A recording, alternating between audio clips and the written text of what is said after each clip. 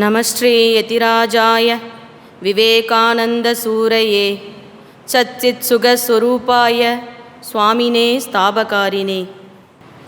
நிமிர்ந்த நன்னடையும் நேர்கொண்ட பார்வையும் நிலத்தில் யாருக்கும் அஞ்சாத நெறிகளும் திமிர்ந்த ஞானச் செருக்கும் இருப்பதால் செம்மை மாதர் திரும்புவதில்லையாம் என்ற மகாகவி சுப்பிரமணிய பாரதியை வணங்கி அவரின் குருவான சகோதரி நிவேதித்தை, முன்னேறி வா மாமனிதனே, எழுந்திரு, இந்த தேசம் உன்னுடையது, உன் தேசிய உணர்வை தடுக்கும் எல்லாவற்றையும் உதறி தள்ளி முன்னேறு என்று கூறிய சகோதரி நிவேதித்தையை வணங்கி அவரின் குருவான சுவாமி விவேகானந்தர், எழுந்திருங்கள், விழித்திருங்கள், குறி சாரும் வரை நில்லாது செல்லுங்கள் என்று கூறிய சுவாமி விவேகானந்தரை வணங்கி அவர்களின் குருவான ஸ்ரீராமகிருஷ்ணரையும் அன்னை சாரதா தேவியையும் வணங்கி இந்த மடத்தினுடைய தலைவர் சுவாமிஜி அவர்களுக்கும் அம்பாக்களுக்கும் சகோதரிகளுக்கும் என்னுடைய பணிவான காலை வணக்கம். எனக்கு கொடுத்துருக்க தலைப்பு சுவாமி விவேகானந்தர் மாணவர்களிடத்தில் அப்படிங்கிற ஒரு தலைப்பை சுவாமிஜி கொடுத்துருக்குறாங்க. சுவாமி விவேகானந்தர் அப்படின்னா அது ஒரு வார்த்தையா அப்படின்னு கேட்டிங்கன்னா அது ஒரு வார்த்தை இல்லை. விவேகானந்தனா நமக்கெல்லாம் இருக்கிற மாதிரி அது ஒரு பேர் அப்படின்னா நான் அதை அப்படி உணரலை. சுவாமி விவேகானந்தர் அப்படின்னா அது இந்த பிரபஞ்சம், இந்த தேசம், நம்ம பாரதம். விவேகானந்தரை இன்னைக்கு சொன்னால் இந்த உலகம் முழுக்க தெரியுது. ஆனால் அதுக்கு முன்னாடி அப்படி சுவாமி விவேகானந்தரை அறிமுகப்படுத்தியது எது?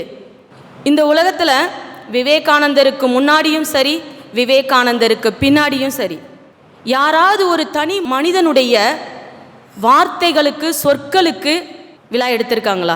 ஒரு மனிதர் பேசிய வார்த்தைகளுக்கு விழா எடுக்கப்படுது அப்படின்னா எப்படிப்பட்டவராக இருந்திருப்பார்? அப்படி என்ன அவர் பேசினார்? எங்கே பேசினார்? நம்மளுடைய தேசத்தினுடைய, ஏன்னா ஆங்கிலேயர்கள் நம்மளை எப்படி பார்த்தாங்க? காட்டு மிராண்டிகளாக பார்த்துக்கிட்டு இருந்த காலகட்டம் இப்போ இல்லை. 1800 நம்மளை காட்டு மிராண்டிகளாக பார்த்துக்கிட்டு இருந்த காலகட்டத்தில் இங்கே இருந்து ஒருத்தர் அமெரிக்காவுக்கு போய் இன்றைக்கி அந்த தெருவே விவேகானந்தர் தெருவாக இருக்குது அப்படின்னா அந்த உரை 467 வார்த்தைகள், 4000 பேர், 4 நிமிடம், அவ்வளோதான் பேசினார். வெறும் 4 நிமிஷம், அதுலேயும் 2 நிமிஷம் கைத்தட்டல்லையே போயிடுச்சு. 2 நிமிஷம். முதல் வார்த்தை sisters and brothers of America அப்படிங்கிற அந்த ஒற்றை சொல். முதல் நாள் வரை தெருவில் படுத்திருந்தவர், இருக்க இடமில்லாமல் தெருவிலே படுத்திருந்த ஒருவர் மறுநாள் மாடிகையில் பஞ்சு மெத்தை கொடுத்தும் அப்போதும் கீழே தான் படுத்திருந்தார். ஆக அந்த வார்த்தை சகோதரிகளே சகோதரர்களே என்ற அந்த ஒற்றை வார்த்தை நாம் யாரு, நம்மளுடைய தேசம் என்ன, இந்த பாரதம் எப்படிப்பட்டது, எத்தனை பண்பாடுகளை கொண்டது அப்படின்னு நிரூபித்து காமிச்சவர் சுவாமி விவேகானந்தர். அவருடைய வாழ்க்கையே திருப்பி போட்டது. அவருடைய வாழ்க்கையை மட்டுமா, இந்த தேசத்தினுடைய மாற்றங்களை அங்கேருந்து தான் தொடங்குது. அப்படி தொடங்கி வைத்த சுவாமி விவேகானந்தர் அவ்வளோ வசதிகள் மறுநாள் கிடைத்தும் தான் கீழே தான் படுத்தார். ஏன்னா என் நாட்டு மக்கள் உணவுக்காகவும் இருக்க இடமில்லாமலும் தெருவில் இருக்கும்போது, பட்டினியாய் கிடக்கும்போது எனக்கு எதற்கு பஞ்சுமெத்தை அப்படின்னு கேட்டு அவ்வளோ வசதிகள் வந்ததுக்கு அப்புறமும் அவர் அப்படி வாழ்ந்தாருன்னா அது எப்படிப்பட்ட ஒரு உத்தமம். சுவாமி விவேகானந்தரை அந்த சின்ன வயசில் நம்ம ஒரு நிமிஷம் அவரை பற்றி சிந்திச்சோம் அப்படின்னா, ஒரு செல்வ செழிப்பான குடும்பத்தில் பிறந்தவர். ஒரு வக்கீல் தொழிலுங்கிறது அந்த காலத்தில் மிகப்பெரிய ஒரு தொழில். தன்னுடைய தந்தை நல்ல செல்வந்தர், வீட்டுக்கு யார் வந்தாலும் அள்ளி அள்ளி கொடுக்கக்கூடியவர், உணவு போடக்கூடியவர். அன்னை புவனேஸ்வரி தேவி, ஆமாம் சொல்லவே வேணாம், அவ்வளோ ஒரு அற்புதமானவங்க. தவமாய் தவமிருந்து பெற்ற பிள்ளைன்னு சொல்லுவாங்கள்ல, இப்போல்லாம் சொல்கிறாங்க. ஏன்னா நிறைய பேருக்கு குழந்தை பாக்கியங்கிறது ஒரு கனவாக இருந்துக்கிட்டு இருக்க இந்த காலகட்டத்தில், உன்னை தவமிருந்து பெத்தண்டா, ஆனால் நீ என்னடா இப்படி பண்ணுற அப்படின்னு கேட்குறாங்க. உண்மையிலேயே தவமாய் தவமிருந்து பெற்ற குழந்தை தான் சுவாமி விவேகானந்தர். காசியில் இருக்கக்கூடிய வீரேஸ்வரர், இப்பையும் போனால் அந்த காசியில் இருக்க அந்த வீரேஸ்வரர் ஆலயத்தில் பார்த்திங்கன்னா சுவாமி விவேகானந்தருடைய திருவுருவம் இருக்கிறது. ஏன்னா நான் போனேன், அங்கே இருக்க அந்த வீரேஸ்வரர் லிங்கத்துக்கு அபிஷேக பொருட்கள் எல்லாம் வாங்கிட்டு போய் நம்ம கையினால் அபிஷேகம் பண்ணலாம், அபிஷேகம் பண்ணணும், விவேகானந்தருடைய மந்திரங்களை அந்த இடத்துல கூறினோம். அப்படி தவம் இருந்து பெற்ற குழந்தை இன்று தன் கண்ணு முன்னாடியே ஒரு துறவியாய் போவதற்கு எப்படி இருக்கும் மனசு, ஒரு தாயினுடைய மனது. ஆனால் அவருக்குள் ஒரு ஏக்கம், அந்த பிறவியின் பயனை அவர் அடைவதற்கு. ஒரு சின்ன சம்பவம் தான். ஸ்கூலில் விவேகானந்தர் படிக்கும்போது ஆசிரியர் கேட்குறாரு, நீ என்னவாக போகிறான்னு ஒவ்வொரு குழந்தையும் பார்த்து கேட்கும்போது விவேகானந்தர் சொல்கிறாரு, நான் ஒரு குதிரை வண்டியாக்காரனாக போகிறேன் அப்படின்னு. ஏன்னா அவர் அந்த டெய்லி குதிரை வண்டியில் வராருல, அந்த குதிரை ஓட்டுறவரை பார்க்குறாரு. அந்த குதிரை ஓட்டுறவரை பார்த்தோன்னே இவருக்கு ரொம்ப ஆசை, ஓ நம்மளும் இப்படிலாம் இருந்தால் நல்லா இருக்குமோ அப்படின்னு. ஸ்கூலில் இருக்க எல்லோரும் சிரிக்கிறாங்க, கிளாஸில் இருக்க எல்லோரும் சிரிக்கிறாங்க. வீட்டில் வந்து அம்மா கிட்ட சொல்கிறாரு, அம்மா எங்கள் வாத்தியார் இப்படி கேட்டார், நான் இப்படி பதில் சொன்னேன் அப்படின்னு. அந்த அம்மா நம்ம அம்மாக்கள் மாதிரி இல்லை, இப்போ இருக்கிற அம்மாக்கள் மாதிரி இல்லை. அவங்க என்ன சொல்கிறாங்க, பூஜை அறைக்கு கூட்டுட்டு போய் அர்ஜுனனுக்கு கிருஷ்ணர் ரதத்திலிருந்து உபதேசம் செய்திருப்பார். நீங்கள் அந்த காட்சியை எல்லாரும் பார்த்துருப்பீங்க. கிருஷ்ணர் உட்காந்துருப்பார், அர்ஜுனன் நின்று இருப்பார். இவரை போல, இந்த கிருஷ்ண பரமாத்மாவை போல நீயும் ஒரு வண்டி ஓட்டியாக ஆகலாம் அப்படின்னு அந்த அம்மா சொன்ன உடனே அவருக்கு அவ்வளோ சந்தோஷம். ஆமாம் தானே, எத்தனை எத்தனை இளைஞர்களையும் நம்மலாம் இன்னைக்கு இந்த இடத்துல நான்லாம் நின்று பேசுகிறேன் அப்படின்னா அது விவேகானந்தர் அன்று போட்ட பிச்சை. அதனால தான் இன்றைக்கி நாங்களாம் இங்கே வந்து நிற்கிறோம், நீங்கள் எல்லாரும் படிக்கிறீங்க. என் நாட்டு பெண்களுக்கு கல்வி வேணும் கேட்டார் விவேகானந்தர், கண்ணீர் சிந்தினார். அமெரிக்கா தேசத்தில் சகோதரி நிவேதித்தையை சந்திக்கிறார்.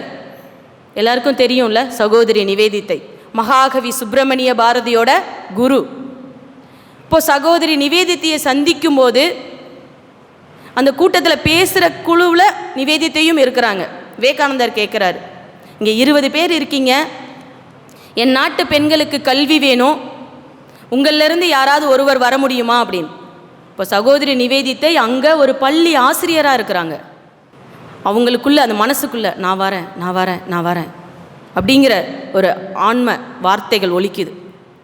அப்படி என் நாட்டு பெண்களுக்கு கல்வி வேணும்னு அன்னைக்கு சுவாமி விவேகானந்தர் நம்பி சகோதரி நிவேதித்தை கல்கத்தாவுக்கு வராங்க. அதனால தான் நாமெல்லாம் இன்றைக்கி படிச்சுக்கிட்டு இருக்கிறோம். ஏன்னா பூணல் போட்டு வேதம் படித்த பெண்கள் நாம். நீங்கள் முன்னாடி காலங்கள் எடுத்து பார்த்தீங்கன்னா தெரியும், பூணல் போட்டு வேதம் படித்த பெண்கள் நம்மளுடைய பாரதத்தில் இருந்தாங்க. ஆங்கிலேயர்கள், முகலாயர்கள் இந்த படையெடுப்பின் காரணமாக நாம் பாதுகாப்பாக இருக்கணும்னு நினைத்து போடப்பட்ட ஒரு பாதுகாப்பு வேலி நாளடைவில் அடக்குமுறையாக அடிமைத்தனமாக மாறிவிட்டது. அப்படி இருந்த நம்மளை சுவாமி விவேகானந்தர் என்னுடைய பெண்களுக்கு கல்வி வேணும் அப்படிங்கிறதுக்காக சகோதரி நிவேதித்தையை கூப்பிட்டு வந்தாங்க. நிவேதித்தை 16ஆம் நம்பர் வீட்டில் அன்னை சாரதியின் திருக்கரங்களால் கல்வி சாலையை ஓப்பன் பண்ணி இன்றைக்கி அந்த கல்வி சாலையில் 2000க்கும் மேற்பட்ட பெண் குழந்தைகள் படிச்சுக்கிட்டு இருக்கிறாங்க. இதெல்லாம் யாரால்? சுவாமி விவேகானந்தரால். இன்றைக்கி நம்ம படிச்சுக்கிட்டு இருக்கிறதுனா அதுக்கு காரணம் சுவாமி விவேகானந்தர். அப்படி ஒரு வார்த்தையும் ஒரு சொல்லும் நமக்குள்ள சுவாமி விவேகானந்தரை உணர்த்திக்கிட்டே இருக்குது. சுவாமி விவேகானந்தர் வாழ்க்கையிலிருந்து அவர் நமக்கு நிறைய வீரமொழிகள், பொன்மொழிகள் அப்படின்னு என்னென்னமோ சொல்லி நமக்கெல்லாம் அவ்வளோ ஒரு ஊக்கமான வார்த்தைகளை கொடுத்துருக்காரு. உத்திஷ்ட அப்படிம்பாங்க, எழுந்துரு அப்படின்னா என்ன அர்த்தம்? உட்காந்த இடத்துலேருந்து எழுந்திரிக்கணுமா? எங்கே எழுந்திரிக்கணும்? எழுந்துரு அப்படின்னா என்ன அர்த்தம்? நம்ம இப்படி உட்காந்துருக்கோம் சேரில், உன்னை எழுந்துரு அப்படின்னா எந்திரிச்சு நின்றுவியா? எழுந்துரு அப்படின்னு இளைஞர்களை பார்த்து விவேகானந்தர் கூறுறாரா, உனக்குள்ளிருந்து நீ எழுந்துரு, விழித்திரு. தூங்கணும் ஆனால் தூங்காமல் இருக்கணும். அதை தான் அப்துல் கலாம் சொன்னார், கனவு காணுங்கள். உன்னை எந்த கனவு தூங்காமல் பண்ணுதோ, நேற்றெல்லாம் நம்ம இன்றைக்கி ஊருக்கு போகிறதுக்காக கிளம்புறதுக்காக ஒரு மனநிலையில் இருந்திருப்போம். காலையில் நைட்டெல்லாம் ரொம்ப நேரம் வரைக்கும் தூக்கமே வந்திருக்காது. ஏன்னா நம்ம ஒரு இடத்துக்கு புதுசாக போக போகிறோம் அப்படிங்கிற அந்த உணர்வுலேயே நமக்கு என்ன வந்திருக்காது? தூக்கம் வந்திருக்காது. இது தினமும் இருக்குதா? தினமும் இருக்குதா? வாய்ப்பே இல்லை. அடுத்த நாள் போய் தூங்கினோன்னா 2 நாள் கழித்து எழுப்புனா கூட நம்மளால் எழுந்திரிக்க முடியாது. ஆமாம் தானே? ஆக ஏதோ ஒரு விஷயம் நம்மளுடைய கனவை நோக்கி ஓடிக்கொண்டு இருந்துச்சுன்னா அப்போ தூங்காமல் இருக்கிறோமே, அந்த விழித்திரு. உன்னை தூங்க விடாமல் எது ஒன்று செய்தோ அந்த கனவு தான் உன்னுடைய லட்சியத்திற்கான வழி. ஆக எழுந்திரு அப்படின்னா உனக்குள்ளிருந்து, உன்னுடைய ஆன்ம பலத்திலிருந்து எழுந்திருக்கணும். மார்ச் மாதம், மார்ச் 8 நாளைக்கு மகளிர் தினம். அவங்க எதுக்காகவோ கொண்டு வந்தாங்க. சகோதரி நிவேதித்தை மார்ச் 25ஆம் தேதி சுவாமி விவேகானந்தரால் சகோதரி நிவேதிதா என நாமகரணம் சூட்டப்பட்ட நாள் இந்த மார்ச் மாதம். அதனால் நாங்கள் என்ன பண்ணுறோம், சுவாமி விவேகானந்த மிஷன் சார்பாக ஒவ்வொரு ஆண்டும் மார்ச் 25 மகளிர் தினமாக, சகோதரி நிவேதித்தை தினமாக கொண்டாடுறோம். பெண் மங்கையராய் பிறப்பதற்கே நல்ல மாதவம் செய்திட வேண்டும் அம்மான்னு பாரதி அன்னைக்கு பாடினா, அந்த பாரதிக்கும் வழிகாட்டியவர் சகோதரி நிவேதித்தை, நிவேதித்தைக்கு வழிகாட்டியவர் சுவாமி விவேகானந்தர்.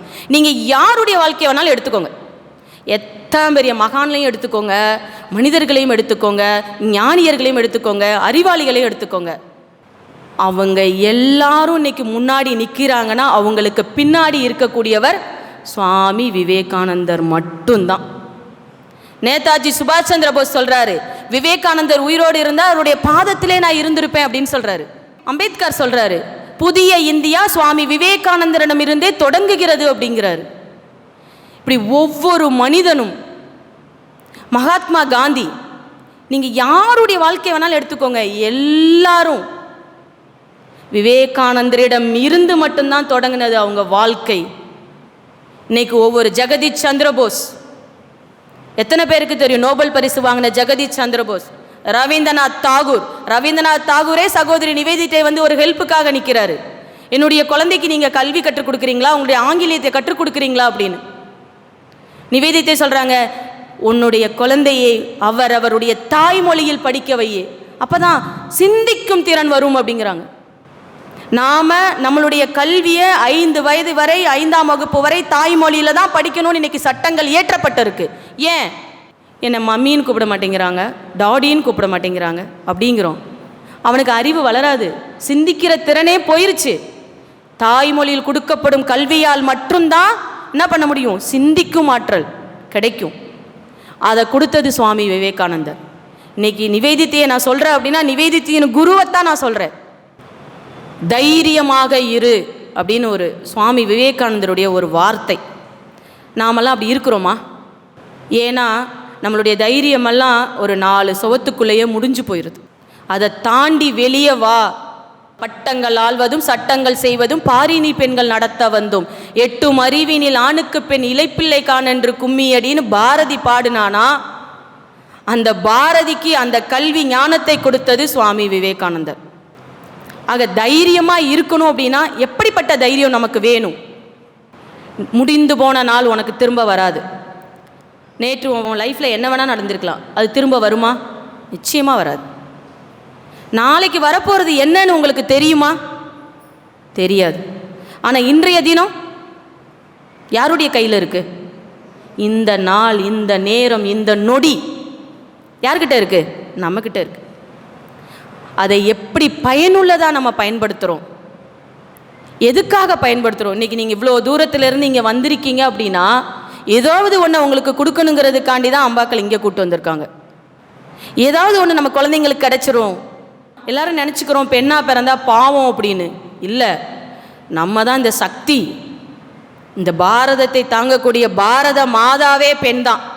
அப்போல்லாம் நம்மளாம் எப்படி? ஆக நம்மளை எப்பயும் எப்படி நினைக்கணும்? உயர்வா, தன்னம்பிக்கையா. அப்போது இன்னைக்கு இருக்கக்கூடிய இந்த நாள், ஒரு கல்லை செதுக்கும்போது தேவையில்லாதவைகளை விளக்க வேண்டிதான் இருக்கும். வலிக்கத்தான் செய்யும். 900 முறை இல்லை 1000 முறை அடிப்பாங்க, வலிக்கும். இன்றைக்கி நம்ம கற்றுக் கொடுக்கக்கூடிய கல்வி, நம்ம ஒரு ஆசிரமத்தில் இருக்கிறோம், ஒரு மடத்தில் இருக்கிறோம். காலையில் 4 மணிக்கு எழுந்திருக்க சொல்கிறாங்க, இதை பண்ண சொல்கிறாங்க, அதை பண்ண சொல்கிறாங்க, கஷ்டமாக இருக்குது அப்படின்னு நீ நினச்சா நீ ஒரு தனி ஒருவராக இந்த தேசத்தில் தெரிய மாட்ட. எல்லோரும் எப்படி நம்ம இப்படியே படிச்சுட்டு அப்படியே எல்லாத்தையும் முடிச்சுட்டு அப்படியே இருந்துக்கலாமா? உன்னுடைய திறமை என்ன? உன்னுடைய நாள் என்ன? நீ எதுக்காக பிறந்திருக்கிற? உன்னுடைய லட்சியம் என்ன? உன் லட்சியத்தை நோக்கின பயணம் நிச்சயமாக வேணும். அப்படிப்பட்ட பயணத்தை இந்த ஒரு நாள் உனக்கு கொடுக்கணும் அப்படின்னா கல் அடிக்கும்போது வலிக்க தான் செய்யும். சிலை ஆகணும்ல, சிலை ஆனாதானே பூஜிக்கப்படுவாய். சிற்பிகள் அடிக்கும்போது, ஆசிரியர்கள் அடிக்கும்போது வலிக்கும். ஆனால் அது ஒரு சிலையாவதற்கு தானே தவிர உன்னை துன்பப்படுத்தி உன்னை கஷ்டப்படுத்துவதற்காக அல்ல. அப்படி ஈஸியாக ஒரு வெற்றி அடைஞ்சிட்டேன்னு வச்சுக்கோ. எப்படி ஒரு ஃபஸ்ட்டு பெஞ்சில் இருக்கிறவன், ஃபஸ்ட் ரேங்க் இருக்கிறவன், முதல் மார்க் எடுக்கிறவனுக்கு வெற்றிங்கிறது ஒரு சுவையான சம்பவமாக இருக்காது. ஏன் கேளு, அவனுக்கு அந்த வெற்றி மட்டும்தான் தெரியும். இதுவே ஒரு தோல்வி, அந்த தோல்வினால் இப்போ நீ அடிபடுற, அதில் ஒரு வலி ஏற்படுது, அந்த வலிக்கு ஒரு காயத்துக்கு ஒரு மருந்து இருக்குதுன்னு தேடுவ, அதை எப்படி சரி பண்ணணும்னு யோசிப்ப. ஆக அந்த தடைக்கற்களை எப்படி படிக்கற்களாக மாற்ற வேண்டும் என்ற ஒரு அனுபவம் உனக்கு கிடைக்குது பார்த்தியா, அதுதான் உன்னுடைய வெற்றி. தாமஸ் ஆல்வா எடிசன் 1000 முறை தோற்றான். ஆனால் அவர் அதை தோல்வின்னு சொன்னாரா? என்னன்னு சொன்னார்? வெற்றிக்கான படிகள். நான் ஒன்றையும் தோக்கும் போதும் அதிலிருந்து ஒரு பாடத்தை கற்றுக்கொண்டேன் அப்படின்னாங்க. ஆக நாமளும் அப்படி தான். ஒரு விஷயத்துலையும் நம்ம தோல்வி அடையும் போது, ஒரு விளையாட்டு விளையாடுறோம், நம்ம அதை தோத்துட்டோன்னா அதுக்கு தோத்ததுக்கு அது இல்லை, நீ விளையாண்டதே வெற்றின்னு நான் சொல்கிறேன். ஆமாம் தானே? 4 பேர் விளையாடவே வராமல் இருக்காங்க, அவங்க நான் தோற்று போயிட்டேன்னு சொன்னால் அதில் நியாயம் இருக்குது. ஆனால் நம்ம விளையாண்டுட்டு தோற்று போயிட்டோன்னு சொன்னால் அது நியாயமே இல்லை. தோல்வி என்பது வெற்றிக்கான படிகள். ஆக இந்த தோல்வியின் வழியாக கிடைக்கக்கூடிய வெற்றி இருக்குது தெரியுமா, அது ரொம்ப தூரம் வெயிலில் நடந்து வந்துட்டு ஒரு ஆலமரத்தடியில் நின்று ஒரு டம்ளர் தண்ணி குடிக்கிறதுக்கு சமம். அந்த தண்ணி அப்போ நமக்கு எப்படி தெரியும்? தேவாமிர்தமாக இருக்கும். ஆமாம் தானே? ரொம்ப தூரம் நடந்து களைத்து வந்து ஒரு மரத்தடியில் நின்று ஒரு தண்ணி குடிக்கும்போது அந்த தண்ணி எப்படி ஒரு தேவாமிர்தமாக தெரியுதோ, அப்படித்தான் தோல்வியின் வழியாக கிடைக்கக்கூடிய வெற்றியும் நமக்கு ஒரு அமிர்தம் போல நிலையானதும் கூட. இப்படி சுவாமி விவேகானந்தர் ஒவ்வொருவரையும் செதுக்கும் போது நம்மளை முழுமையாக அவர் இடத்துல ஒப்படைக்கணும். அப்படி ஒப்படைக்கப்படுகின்ற கற்கள் மட்டும்தான் சிலைகளாக, சிற்பங்களாக வடிக்கப்பட்டு வணங்கப்படும். இல்லை என்னால் முடியாதுங்க, எனக்கு வலிக்குதுங்க, தாங்க முடியலை அப்படின்னா அந்த கோவிலுக்கு ஏறி போகிறதுக்கு நடுவில் ஒரு படி போட்டிருப்பாங்கல்ல, அந்த கல்லாக தான் இருக்கணும். அப்படி இல்லைன்னா கோவிலில் வர்றவங்க தேங்காய் உடைக்கிறதுக்காக பக்கத்தில் ஒரு கல் போட்டிருப்பாங்க உடைக்கிறதுக்கு, அப்படி ஒரு கல்லாக தான் இருக்கணும்.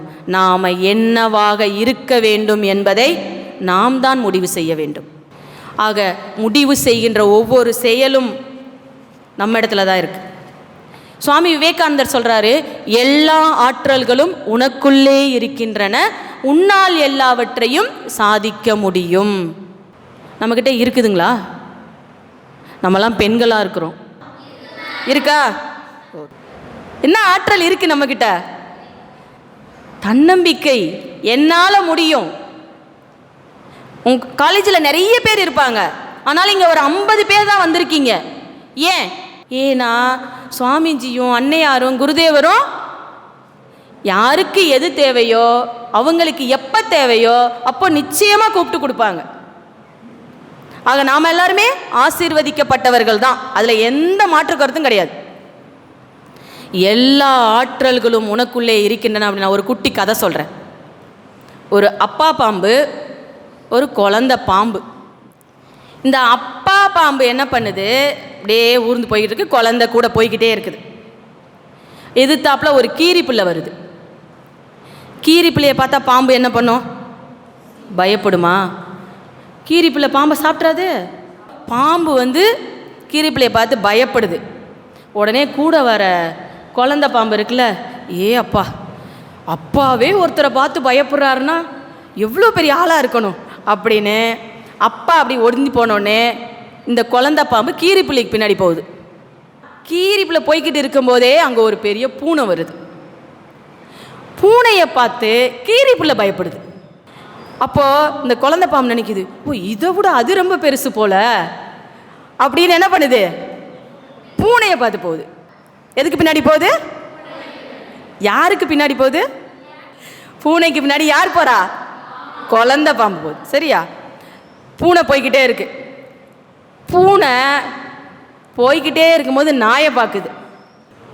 நாயை பார்த்து யார் பயப்படுறா? பூனை பயப்படுது. இப்போ இந்த குழந்தை, ஐயோ இவனை விட அவன் ரொம்ப பெரியவன் போல, அதனால் நம்ம அவங்கிட்ட போகலாம் அப்படின்னு அவருக்கு பின்னாடி போகுது, நாய்க்கு பின்னாடி. நாய் போய்கிட்டே இருக்கு. யார் வரா? ஒரு மனுஷன் வரான்.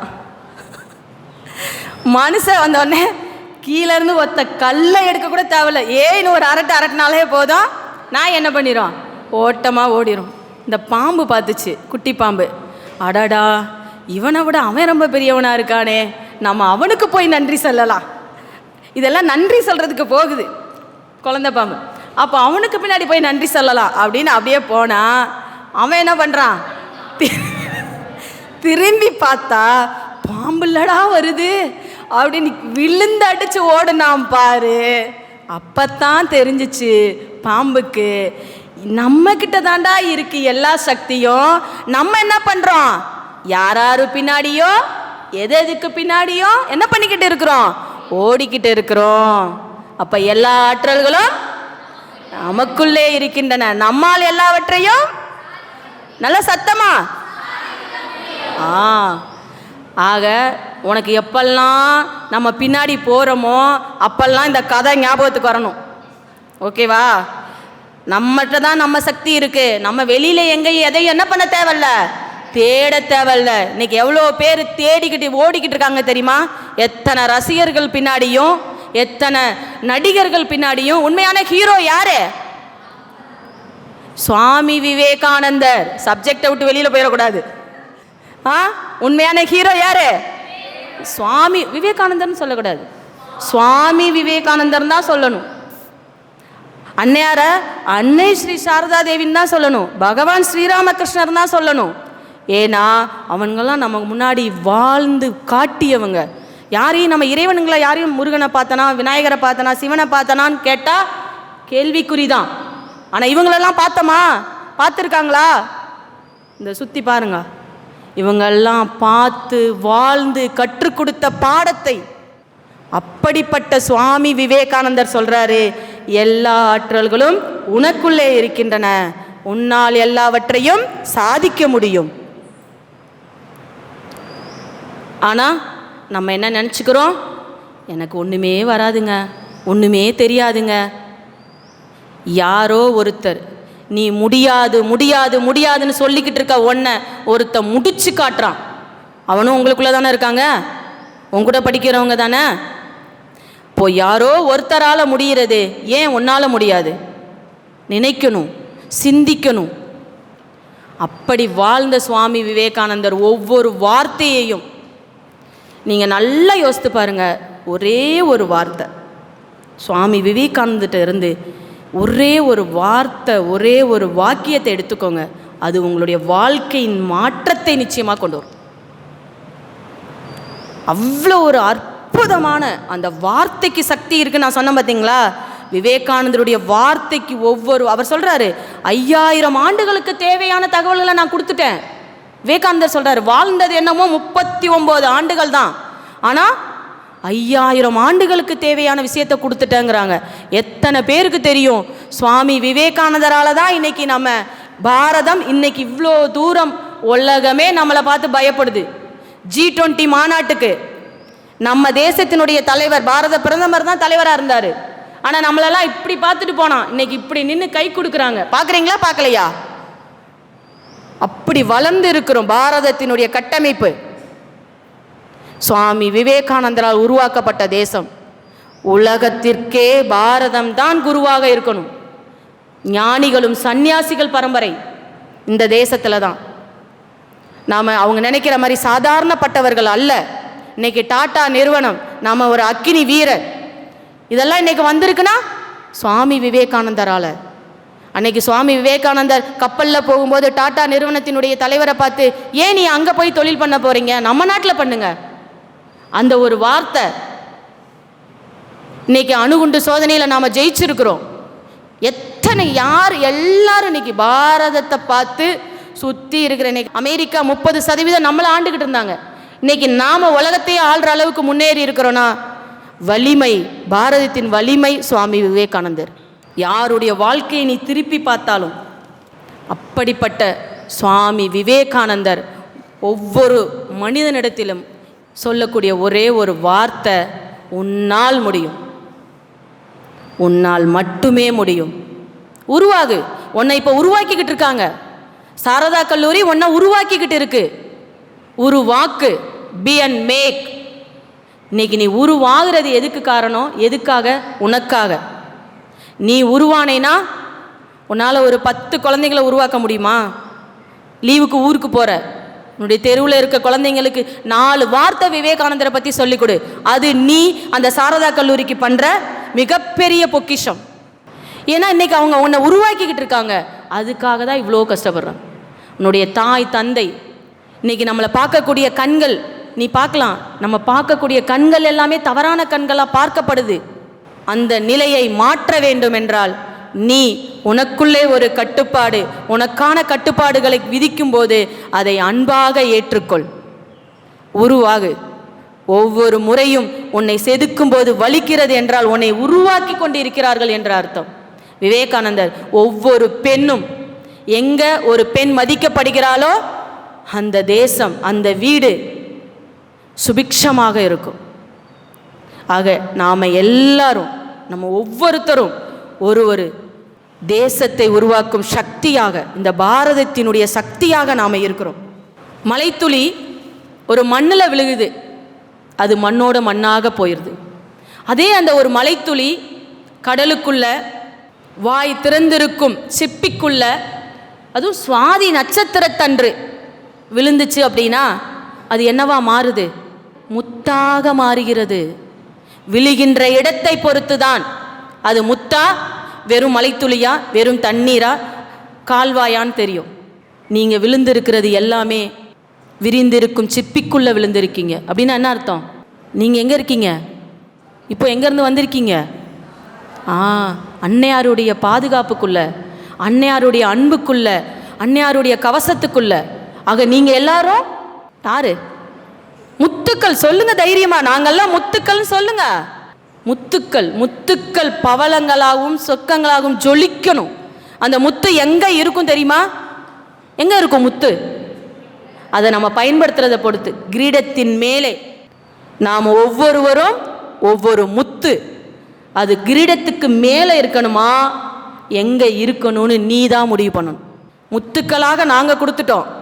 முத்துக்கள் ஜொலிக்க வேண்டியது உங்கள் கையில் தான் இருக்குது.